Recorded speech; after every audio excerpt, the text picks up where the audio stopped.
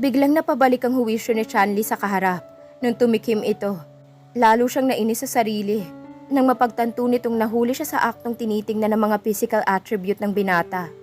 Yes, ako nga Chanli. Long time no see, honey. Kababakasan ng pag-aalab ang titig ni Jeff sa mga sandaling yon. Mabilis na pinaraanan ng malaswang titig ng binata ang kaharap na babae. Napalunok naman ang laway at pinamulahan ng muka si Chanli sa ginawang pagsipat ni Jeff sa katawan niya. Ngali-ngaling sampalin ito ng dalaga katulad pa din ito ng dati. Hambog at adalentehado. Pinigilan niya ang sarili dahil kung susumahin ay malaki ang utang na loob niya sa lalaki. Kung hindi sa pagliligtas sa kanya nito'y baka nalunod na siya. Agad niyang binitiwan ang kamay ng lalaki nang maalalang kanina pa nito hawak ang palad niya. Nahuli pa ni Chanli ang pagtaas ng kilay nito. Come on, Chanli. Wala man lang thank you? Naalala na sabi ni Jeff. Thank you. Utal na saad ni Chanli. Agad na nitong pinagsamsam ang mga gamit. Tatalikuran na sana niya ito nang lumapit sa kanyang sekretary niya. Good morning, ma'am. Sorry for interrupting. Pero dumating na po ang client natin from Manila. Pagbibigay ng imporma sa kanya nito, napatangu-tangu naman si Chanli. Muli ay binalingan niya si Jeff. For a while, maiiwan na kita. Jeff, may mahalaga pa akong gagawin. Pamamaalam ni Chanli rito. Tuluyan na itong tumalikod. Ngunit bago pa maihakbang ng dalaga ang paa ay mabilis na siyang nahawakan ni Jeff sa may braso. Mastered be rush, honey. Hindi pa nga tayo nakakapag-usap ng maayos, tatalikuran mo na ako. Mas mahalaga pa ba yan kaysa sa akin? Nakataas ang sulok ng labi na saad ni Jeff. Obvious ba? Kaya please, bitawan mo na ako dahil naghihintay na sa akin si Mr. Lee Chan. Buliyaw niya rito. Inumpisahan na niyang ipagpagang kamay ng binata na nanatiling nakakapit sa balat niya. At the same time ay naiinis sa sarili si Chanli dahil naaapektuhan siya ng labi sa simpleng paghawak lamang nito sa kanya. Biglang napamaang si Chanli nang natatawa si Jeff sa harap niya. No worries, Chanli. I'll prepare na yan lamang ang isuot mo. Saka hindi ako magsiselos, honey. Pukol nito sa dalaga na nakakunot noon na. What are you talking about? Bigla siyang natigilan at nanlalaki ang mga matang tumitig siya kay Jeff. Exactly, Chanli. Tama ang tumatakbo sa isipan mo. Napakurap-kurap ang dalaga. Baka nananaginip lamang siya at kasalukuyan siyang binabangungot. No! Mariin niyang anas. Napakuyom ng kamao ang dalaga at napakagatlabi. Dahil hindi niya inaasam na magkaroon pa ng ugnayan sa lalaking sumira ng buhay ng pamilya niya at lalo ng kanyang sariling pagkatao. Palakad-lakad si Chanli ng mga sandaling yon. Natetensyon siya na hindi niya mawari. Sunod-sunod siyang napabugan ng hangin. Agad niyang tiningnan sa suot na relos ang oras. Halos kalahating oras na siya sa loob ng sarili niyang suite. Parang mas gusto na niyang magkulong na lamang doon na tuwag ng pakiharapan ng walang hiya niyang ex. Bakit kasi bumalik-balik ka pang demonyo ka? Nang gigigil na anas niya sa kawalan. Muntik pa siyang mapatalon sa pagkagulat nang makarinig ng sunod-sunod na pagkatok mula sa pinto. Dali-dali niyang inayos ang sarili. Ang sekretary niya ang nasa labas ng pinto. Ma'am, kanina pa po nagtatanong si Mr. Lee Chan sa may lobby. Ano pong sasabihin ko? Aligaga nitong sabi. Sige, ako nang bahala. Sagot ng dalaga. Naiiling na naglalakad papunta sa may hallway si Chanli. Sa itsura ng sekretary niya ay natitiyak niyang ipinahiya ito ni Jeff. Kilalang kilala niya ito.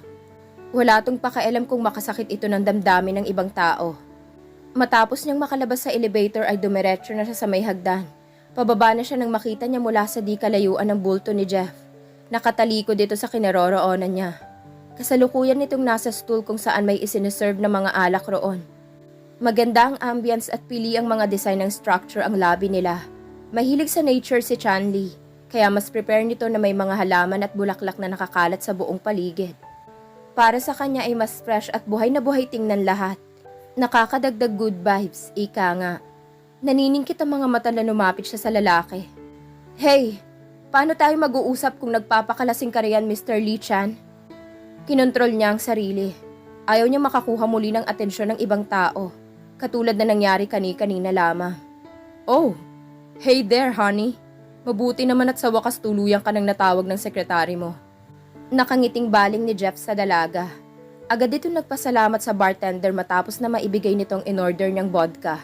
Pagsasabihan na sana ni Chanli si Jeff sa ginawa nito sa sekretarya niya. Ngunit agad iniwas ni Chanli ang pansin sa mukha ng binata. Naiilang siya sa pagngiti nito ng ganoon. Ewan niya, naninibago talaga siya rito. Dati sobrang tipid itong ngumiti. Ngayon siya nawindang na mapadako ang pansin niya sa nakabukas na polo ni Jeff. Bigla siyang napalunok ng wala sa oras. Bigla siyang nag-init.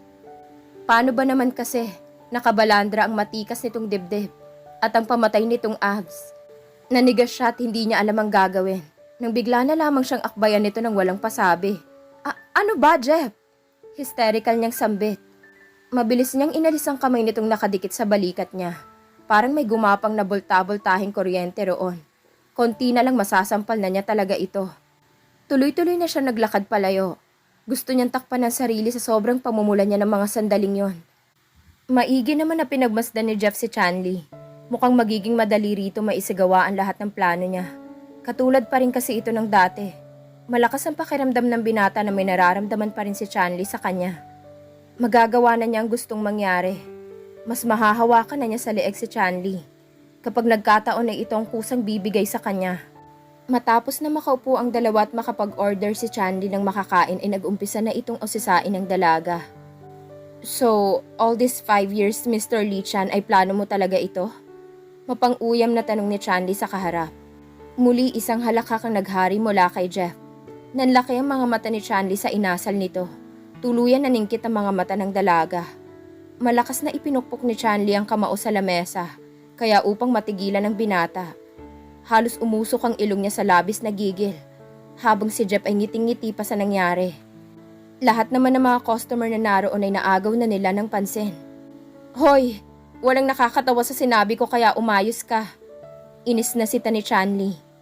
Miss Jones, sa tingin mo ba nasa ugali ko magplano ng ganito para... Ngunit hindi pa natatapos sa pagsasalita si Jeff, ay agad nang sumabad si Chanli. Oo naman, kilalang kilala kita. Ano sa tingin mo sa akin, tanga? Hoy, hindi na ako katulad ng dati. Sa tingin mo kasi madali para sa'yo na paikutin ang mga tao sa paligid mo. Dahil may pera ka. Pues sinasabi ko sa'yo, hindi mo na magagawa ang mga ginawa mo dati noon sa akin. At lalong-lalo na sa pamilya ko. Dahil hindi na ako papatalo. Tulad mo may pera na rin ako. Palaban na sabi ni Chanli. Kitang-kita sa mukha nito ang determinado. Tapos ka na ba? Malamig na tugon ni Jeff. Ha? Nausal ni Chanli. Tuluyang ibinaba ng binata ang baso. Muli itong nagtawag ng waiter para sa iniinom nitong alak. Yun bang inaasahan mong sasabihin ko, Chanli? The mere fact na all these years ay wala akong kapaki-paki sa'yo. Sa naging buhay mo. At kahit sa pamilya mo. Seryosong sambit ni Jeff. Tutok na tutok sa kaharap ang maitim nitong titik. Napabukat na itikom ni Chanli ang bibig. Sa mga sandaling yun ay bahagya siyang nakaramdam ng takot. Sa isang katulad ni Jeff, walang imposible rito. Katulad noon. Nakakaya pa rin itong saktan siya, hindi lang sa pisikal. Ngunit maging sa salita. Okay. Kung ganun, back to business tayo, Mr. Lee Chan. Isettle natin ang mga details ng kasal niyo ng bride mo. Agad na pag-iiba ni Chanli ng usapan. Madami na siyang sinasabi nang muli niyang marinig ang bariton ng boses ni Jeff. Agad ang paghayo ng tingin ng dalaga rito. Sa itsura nito ngayon, kung hindi lang sana naging pangit ang pinagsamahan nila noong una. At nagtuloy-tuloy lamang sana sila. Marahil ay kinasal na sila at nagmamahalan. Naiiling-iling na lamang ni Chanli ang ulo. Ewan niya kung bakit sumagi sa isip niya ang mga ganoong bagay. Gayong ikakasal na ito sa ibang babae. Sa kaisipan na yun ay tila nakaramdam ng pait sa kaibuturang bahagi ng puso si Chanli. Mabilis niyang ipinaling ang ulo. Nang muling sambitin ng binata ang pangalan niya. Sa tuwing bibig kasi ng ganoon ni Jeff ang pangalan niya, ay nanlalambot siya. Chanli, hindi mo ba itatanong kung kanino ako ikakasal? Hindi agad siya nakahuma. Napapaisip din siya kung sino ang malas na naging bride ng katulad nitong demonyo. Poor soon-to-be bride-to-be, ika nga. Sino nga ba Mr. Lee Chan? Walang kapaki-paki niyang sabi. Sa totoo lang she really mastered care. Pero business yon. Malalaman din naman niya paglaon. Napapitlag siya nang bigla na lamang hawakan itong palad niyang nasa ibabaw ng lamesa. Napamulagat siya ng marahin itong hilahin at walang pasintabi na hinalikan yun ng binata. Biglang binalot ng kakaibang damdamin ng puso ng dalaga sa ginawing yun ni Jeff. Sino pa ba? Kundi ikaw lang naman, Chanli. Soon to be my lucky bride. Sabay ng pagkindat nito sa kanya. Baliw ka ba? Naisigaw ni Chanli. Wala na talaga siyang pakialam kahit overreact na siya. Agad niyang nahila ang kamay na hawak-hawak ng binata. Mabilis niyang pinagsasamsam ang lahat ng mga gamit niya. Walang lingon-likod siyang umalis sa kinauupuan niya. Ano man ang ginawang pagtawag ni Jeff sa kanya ay hindi niya pinansin. Hanggang sa makapasok siya sa loob ng suite niya ay hindi pa rin ito makapaniwala sa nangyari. Shock pa rin siya sa kinahinatnan ng naging pag-uusap nila ng ex niya. Alam niyang ibang klase kung mag-isip ito. Ngunit hindi akalain ni Chanli na ganoon na kalaki ang kabaliwan nito. Ni sa hinagap ay hindi niya papangaraping maikasal sa isang katulad ni Jeff Lee Chan. Magpapakatandang dalaga na lamang siya kaysa magpatali rito. Agad na umuwi sa may Forbes si Chanli, isang sikat na subdivision sa Ayala. Pinili niya roon dahil mahigpit ang security at hindi basta-basta nagpapapasok ng kung sino man. Saka ang mga nakatira roon ay tila walang pakialamanan. Mainam sa kanya yon. Dahil ang totoo ay wala nang pinagkakatiwalaan na tao ang dalaga. Mag-iisang linggo nang lumipas magmula nang maengkwentro niyang ex niyang si Jeff sa pagmamayari niyang resort. Hindi niya pa rin malubos maisip na halos 16 na taon nang nakalipas ay muli silang magtatagpo. Sort of, sigurado siya na may pinaplano ito. Hindi pa rin niya tukoy kung anong binabalak nito. Ngunit nakakasiguro siya na isa lamang ang hangad nito sa buhay niya. Iyon na yung pasukin at guluhin na naman nitong buhay niya na matagal ding naging payapa. Muli siyang sumimsim ng red wine ng mga sandaling yon. Nalasahan niyang manamis-namis at mapakla nitong lasa. Ngunit binaliwala niya yon. Kailangan niya yun sa ngayon. Ilang gabi na rin kasing hindi siya makatulog ng maayos. Magmula na mag-cruise ang landas nga nila ni Jeff. Ano ba? Bakit hindi ka nalang nanatili sa kung saan ka naroon, Jeff? Sana hindi na kita nakita ulit. I hate you! Walang ano-ano'y bigkas ng dalaga. Pinag-cruise niya ang dalawang braso matapos niyang nainom ng tuluyan ang laman ng wine glass. Unti-unti naglandas sa pisngi niya ang masaganang luha. Hindi niya akalain na muli niyang mararamdaman ang pamilyar na damdamin na akala niya'y matagal na niyang naibaon sa limot. Muli ay humayon sa nakaraan ng isip niya, kung saan at bakit nagkatagpo sila ng binata. First year na sila nang magkakilala si Shaira ang kambal nito at si Jeff. Magkaiba sila ng eskwelahan na pinasukan. Habang si Chanli ay nanatili lamang sa public school.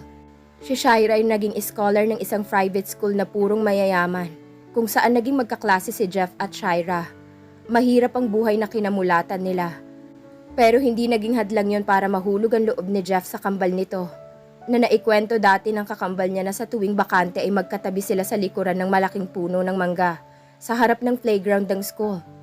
Doon sila laging tumatambay nito, puno ng mga bulaklak ng rosas na alaga ni Mrs. Tolentino ang buong paligid. Para silang lovebirds in one nest na naglalambingan doon. Chika sa kanya ng kakambal niya. Sa tuwing magkukwento ito sa binata ay laging ibinibida nitong magagandang katangian nito. Gwapo raw ito, matalino, malambing, maalaga, maalalahanin at higit sa lahat ay napakayaman ng pamilya nito. Nasabi pa niya dati na isang pamilya nito na nag-sponsor sa eskwelahan kung saan ito nag-aaral. Dahil doon ay lalong na-curious si Chanli na makilala ang binata. Isang hapon, habang matama na namamasyal sa mga bumbon ng rosas ay nagpupumilit na magpakuha ng bulaklak si Shaira sa manliligaw nitong si Jeff. Kung mahal mo talaga ako, ikukuha mo ako ng ganon, Jeff. Please? Malambing nitong pagsusumamo habang itinuturo ang isang napakapulang rosas. Dahil sa hindi nito mahindian ang hiling ng sinisinta, ay maingat nitong pinitas ang rosas na nagustuhan ni Shaira. Kahit magalit pa ang terror na si Mrs. Tolentino. For you, Shaira. Masuyo at maiksi nitong pahayag sa iniibig. Salamat, Jeff.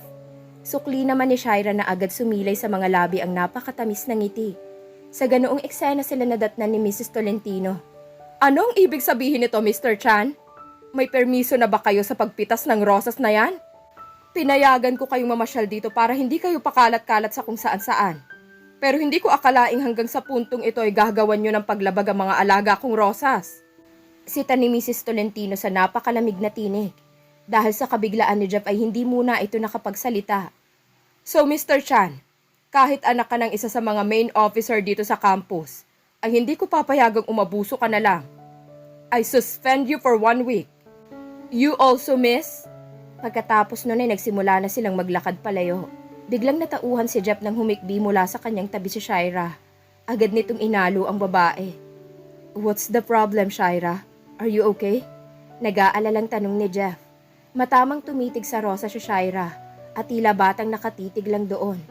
Shira, please, tell me what's wrong. Para matulungan kita. Pilit na tanong ni Jeff at hindi mapigilang yakapin ng dalaga. Jeff, natatakot akong mapagalitan ni Mama at Papa. Baka mawala rin ako sa honor roll, pati scholar. Patitigilin ako ni Mama sa pag-aaral kapag nalaman niyang suspended ako for almost 1 week. Natatakot na pahayag nito kay Jeff. Tila maiiyak na. Shira, bulong ni Jeff sa dalaga na ngayon ay nakadama ng sobrang kirot. Muling ibinaling ni Shira sa rosas na ibinigay ni Jeff ang pansin. Natatakot din ako, Jeff, na baka ilipat ako ni Papa sa ibang school kapag nalaman niyang suspended ako. Bulong pa ni Shira na hindi na natapos ang sasabihin dahil bigla siyang kinabig ni Jeff. At masidhing inangkin ang manipis nitong katawan sa pamamagitan ng pagkulong sa kanyang mga bisig. Don't worry, Shira. It's gonna be alright. Hindi tayo maghihiwalay. Ako ang gagawa ng paraan. Kakusapin ko si Ma'am Terror, okay? Just wait for me in the classroom. Habilin ni Jeff habang nagpapaalam na ito kay Shira. Habang naglalakad papuntang office si Jeff, ay naisaloob niya sa kanyang isipan ang isang reaksyon ni Shira na rumihistro sa kanyang harap kani-kanina lang. Halatang may pagtingin din sa akin si Shira. Hindi ko mapapayagang mawalay ka sa piling ko, Shira. Hindi ko papayagan. Bulong ni Jeff sa isip habang papalapit sa silya ni Mrs. Tolentino na mukhang may hinahanap sa computer screen nito. Mataman siyang sinuyod ng tingin ni Mrs. Tolentino bago nagsalita.